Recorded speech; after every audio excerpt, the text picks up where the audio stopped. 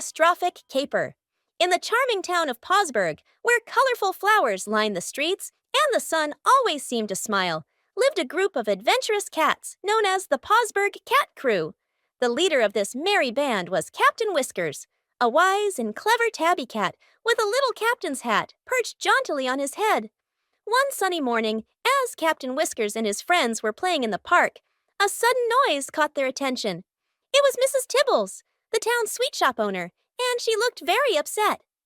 "Oh no!" cried Mrs. Tibbles, wringing her hands. "The golden fish statue is missing from the town square." The golden fish statue was a special treasure in Pausberg, known for its dazzling shine and beautiful scales. Every year the townsfolk gathered around it for the Pausberg festival, but now it had vanished without a trace. Captain Whiskers immediately called a meeting with his friends. There was Mittens, the playful black and white cat who loved to chase butterflies, Kit, the curious little tortoiseshell with a knack for solving puzzles, and Professor Purrington, the wise old gray cat who always had his nose in a book. "Don't worry, Mrs. Tibbles," said Captain Whiskers with a determined glint in his eyes. "The Pausberg Cat Crew will solve this catastrophic caper." The cats quickly began their investigation, noses to the ground and tails up high. Mittens spotted some shiny scales leading away from the square. "Look here," he meowed. "The thief must have left a trail." Kit jumped up onto a nearby fence, using her keen eyes to scan the area. "I see something moving in the bushes over there," she called out, pointing with her paw. Following the clues, the cats crept through the gardens and into the woods. The trees whispered around them, and the birds chirped encouragement as the cat crew moved silently, like little furry detectives on a mission. Suddenly, they reached a clearing and spotted a mischievous-looking cat named Phantom Paws. He was a sleek gray cat with a tiny black mask over his eyes, and he was trying to hide the golden fish statue behind a pile of leaves. "Aha!" shouted Captain Whiskers, leaping forward. "Caught you, Phantom Paws!" Phantom Paws looked startled and tried to run, but Mittens was too fast. He dashed forward and playfully tumbled into Phantom Paws, who yowled in surprise and dropped the statue.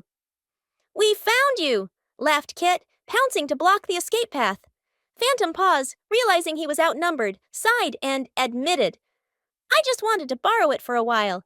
It's so shiny and beautiful." Professor Purrington stepped forward and adjusted his glasses. "Borrowing without asking is wrong, Phantom Paws.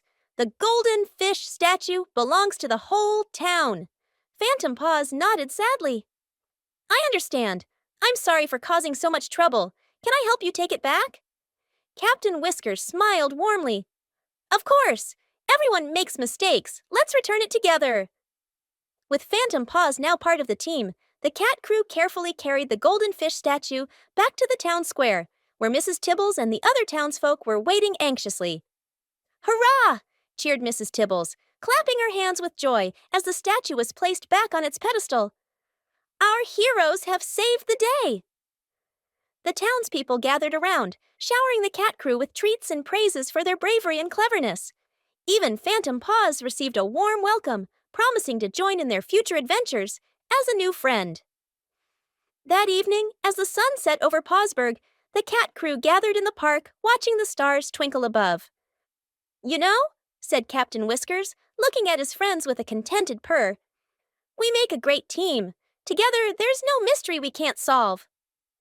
And with that, the Pausberg cat crew settled down for a cozy nap, dreaming of the next adventure that awaited them, knowing they would always be there to save the day.